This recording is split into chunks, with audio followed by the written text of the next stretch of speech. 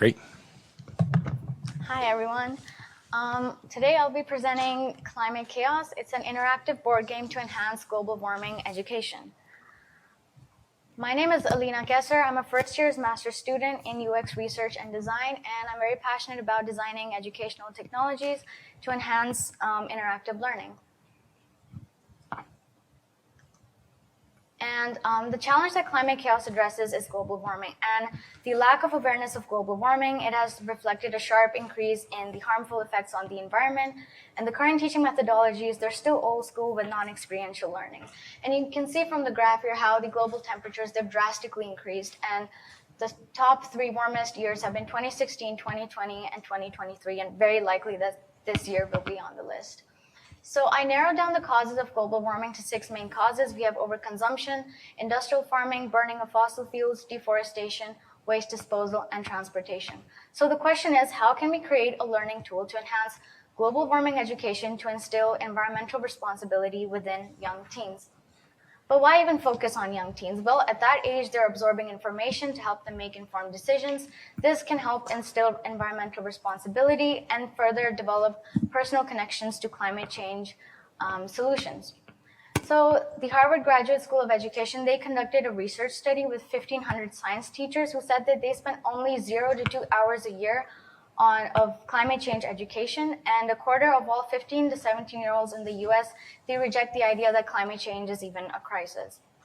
And the Michigan Science Standards, they say that when students do science, that's when the learning of the content becomes more meaningful. So towards the end of my research phase, I developed 3 personas of a student, parent, and teacher, and did some empathy mapping and made an affinity diagram.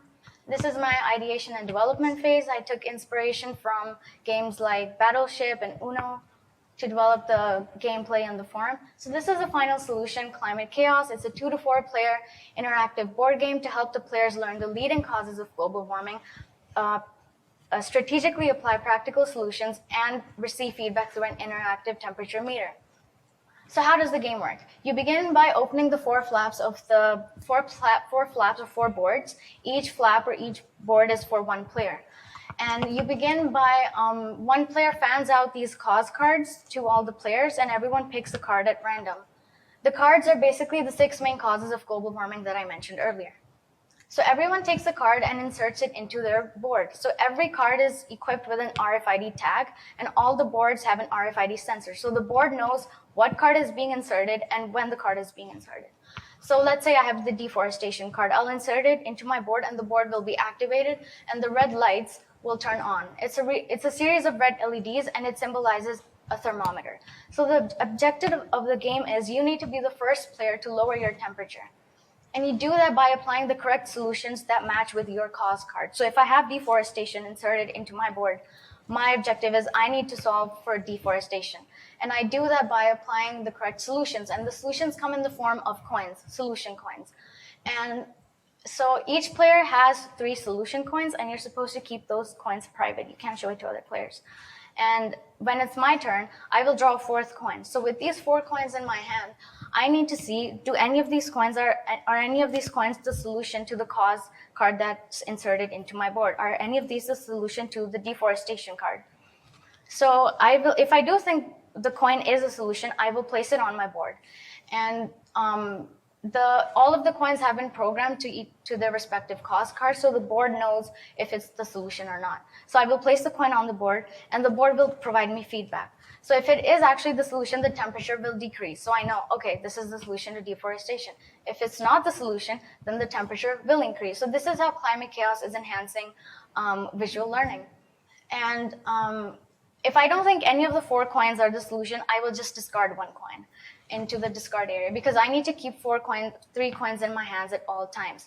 But I need to be very careful, because if I discard a coin, the player after me, they can draw the coin that I just discarded, and they can use it at their own advantage and lower their temperature and possibly win the game. So I don't only need to keep an eye on my board, I need to keep an eye on the other players as well. There's also a coin, the strike coin, that red coin over there.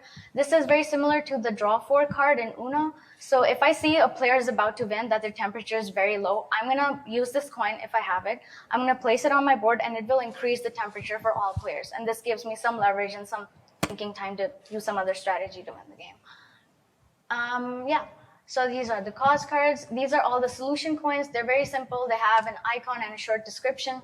There are different types of solution coins. There's a direct solution and an indirect solution. They affect the temperature differently. And so how does Climate Chaos enhance learning? It's a very interactive game. You have an interactive temperature meter, which provides you feedback depending on the temperature levels. And you're not just focused on your game, you're interacting with other players as well, because you need to see who is about to win, what strategies you need to use. So this enhances social skills. It also enhances flexible thinking as you're learning to use different strategies to win. You learn to make decisions, solve problems, deal with mistakes, and it's a competitive game, so it encourages players to strive for excellence and try to win the game. These are just some close-up renders, 3D renders of the game. A very short snippet of my 3D animation. We can watch this later if we have time. So I conducted usability testing with 24 middle school students, and I divided them into 2 groups. So group A, they filled a questionnaire after playing Climate Chaos and after listening to a very traditional lecture that they're used to. And group B filled the questionnaire after only listening to the lecture. They did not play the game. And I made sure that the questionnaire was in line with both the game and the lecture to avoid any type of bias. And the results of that were Group A retained more information and performed better on the questionnaire than Group B. And the students described the game as fun, entertaining, and challenging. And the teacher said that it's a helpful educational tool and it can result in an impactful learning experience. So I conducted 4 interviews, 3 with middle school science teachers and 1 with the founder and CEO of a startup gaming company in Pakistan. And the key insights from that was, it's difficult to engage students at an individual level. They all manage a Go Green Club where they teach the 3 R's, so reduce, reuse, recycle. They all offer formal lectures with visual elements, but again, that's not really engaging enough. They all encourage planting, and most of the solutions that the teachers teach, they are not practical enough for this type of age group. And lastly, the game should have a wow factor to stand out from the rest of the market. So with the Learning Lovers prize funding, I do plan to create a fully functioning prototype to commercially sell this game or idea to gaming companies, middle school, or maybe even individuals, and it can further be implemented into a mobile app to increase to broaden the audience and increase its flexibility. And when talking about sustainability, the cause cards, they can be made from recycled paper. The board itself can be made from recycled plastic, and instead of using disposable batteries, rechargeable batteries can be used. So yeah, this is the end of my presentation. Thank you so much for listening, and I hope you enjoy learning about Climate Chaos. You can scan these QR codes if you want to watch the 3D animation or check out more details on my portfolio. Thank you.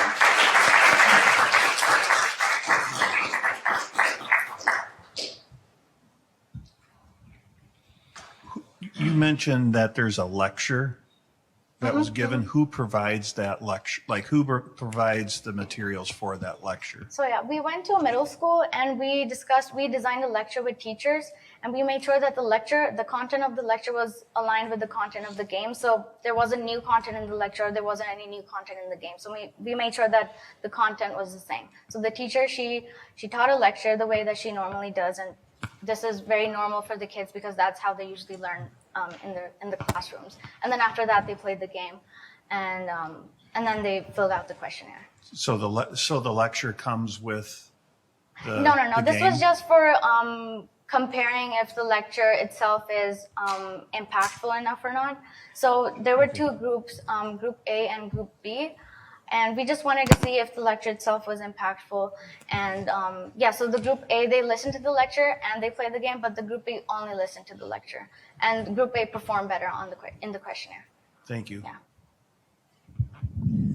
So I just have a question about the wow factor. Were the people who were suggesting that there needs to be a wow factor, were they saying that your game lacked that, or did your game provide the wow factor? No. So I interviewed a CEO and founder of a startup gaming company. She said that the game should have a wow factor. So that's why I incorporated the interactive temperature meter, so it can provide you feedback on the actions that you're doing in the game. And I mean, this is just kind of speculative, but I mean, did it work? Yeah, it worked. So this is the functional prototype. It was very partially functional. Only a few coins were functional. So I worked with an engineer and we programmed 2 coins to 1 card just to show that if I'm placing the solution on the board, the temperature is decreasing, 1 LED is turning off, and if I'm not placing the correct solution, then the LED is turning on, and so temperature is increasing. You mentioned that you talked to different middle school teachers, and they spend very little time on global warming education throughout the year. How do you plan on educating them to spend more time in order to play a game like this? Because I would assume instructionally they would teach about it first. They would probably do some activities or labs with it before they would go ahead and play the game. Yeah. So the thing with traditional formal lectures is they're not engaging enough, and that's not bad. I mean, formal lectures, they are very in-depth, and it's important to learn about global warming in depth. So the teachers can teach the lecture, but this can be used to enhance the learning experience. So if they teach a lecture on deforestation, but the game is not only teaching about deforestation, it's teaching about waste disposal, burning of fossil fuels. So this can be used towards the end to strengthen the concepts of the students. And when I was doing usability testing, it was I observed the students playing, and it sparked a lot of meaningful conversations. They're like, oh, how is this a solution to this cause? And they were just talking amongst themselves, and that was very interesting to see. What is the cost of one kit for those 4 players? Yeah, so since this is not a traditional board game, it does have technology like RFID tags and sensors, microcontrollers, LEDs, and batteries. It will be more expensive than a traditional board game. I'm not sure how much each of these elements they cost, but it can be, to make the functional prototype, it can cost $10,000 or more, 10 to 15,000. Yeah.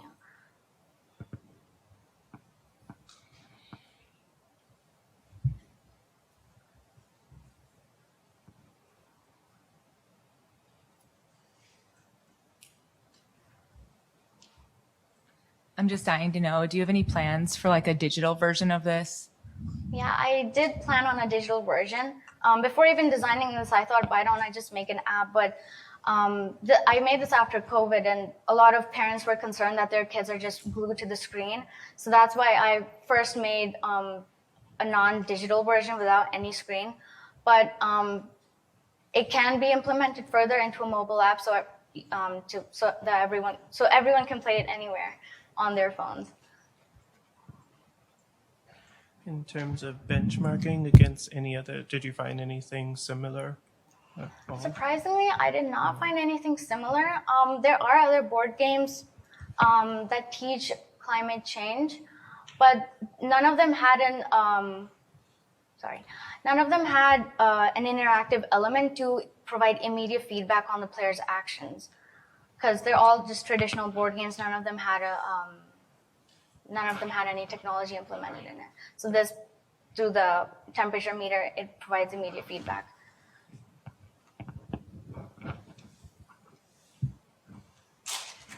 Any other questions? I have to ask one more question. Please. Sorry, I don't mean to monopolize, but so what if you're in a classroom and you get one kid who's really reluctant they just don't think climate change is a problem? Are they going to have fun playing this, or are there other ways for them to have fun? That's a good question. I try to make sure that the game is more fun, rather than the students see it as a fun game rather than an educational game.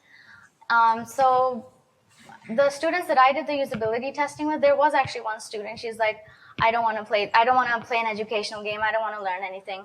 But then when she saw other students playing it, she's like, okay, you know what? Maybe I'll play as well. So she did actually enjoy it. She was reluctant at first, but when she saw other students enjoying it, because it's a game, and you're just learning, you're learning as well. So she did end up enjoying as well. Thank you. Thank you so much, Lena.